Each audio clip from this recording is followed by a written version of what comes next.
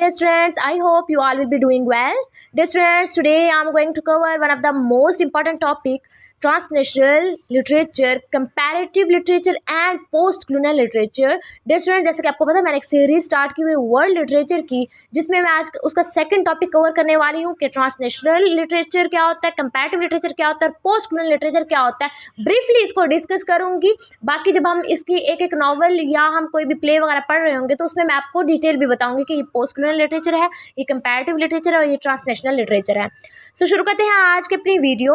सबसे पहले हम ट्रांसनेशनल लिटरेचर को देख लेते हैं। जैसे कि नाम से ही जाहिर है, ट्रांसनेशनल लिटरेचर यानी जिसमें वो लिटरेचर जिसमें क्रॉस नेशनल की बात की गई हो, मीन्स कि जो क्रॉस नेशनल लिटरेचर लिखा जाता है इन सिंपल वर्ड स्टूडेंट्स, जैसे कि कोई एक कंट्री में रहता है, मतलब पैदा हुआ, वो वहाँ उस कंट्री को छोड़ के दूसरी कंट्री जाता है, उस वहाँ पर जाके वो लिखता है, ये चीज़ ट्रांसनेशनल लिटरेचर कहलाता है। जैसे कि पाकिस्तानी लिटरेचर अक्सर ऐसा ही करते हैं ना, पाकिस्तानी जो राइटर्स हैं यहाँ पाकिस्तान से जाके वो बाहर ममालिक जाते हैं, वहाँ पर लिखना स्टार्ट कर देते हैं, तो ये चीज़ ट्रांसनेशनल लिटरेचर के अंदर आ जाती है।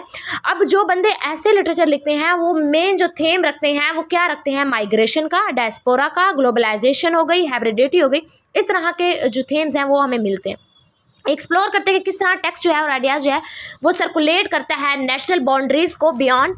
इसके अलावा डिफरेंट कल्चर्स को भी ये इन्फ्लुएंस करता है।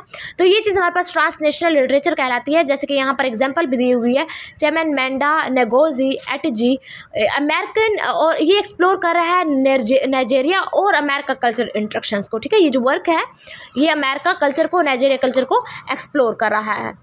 देन हमारे पास है डिफरेंट कंपैरेटिव लिटरेचर क्या होता है। कंपैरेटिव लिटरेचर जो है बेसिकली जो लिटरेचर डिफरेंट कल्चर के अक्रॉस आप उसको स्टडी कर रहे होते हैं, लैंग्वेज को और टाइम पीरियड्स को, वो कंपैरेटिव लिटरेचर के अंदर आ जाता है। ठीक है, यानी डिफरेंट कल्चर्स को, लैंग्वेज को, टाइम को, जब टाइम पीरियड्स को आप स्टडी करते हैं तो वो कंपैरेटिव लिटरेचर के अंदर आ जाता है।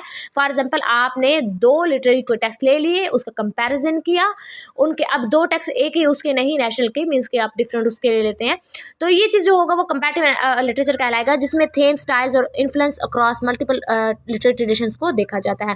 देन हमारे पास है पोस्ट कॉलोनियल लिटरेचर, जो कि फोकस करता है फॉर्मली जो कॉलोनाइज नेशन है, जिसमें कॉलोनियल ऑपरेशन आ जाते हैं, रेजिस्टेंस आइडेंटिटी आ जाती है, यानी जिसमें इशूज ऑफ रेस, लैंग्वेज और कल्चर, हाइब्रिडिटी एग्जामिने किया जाता है।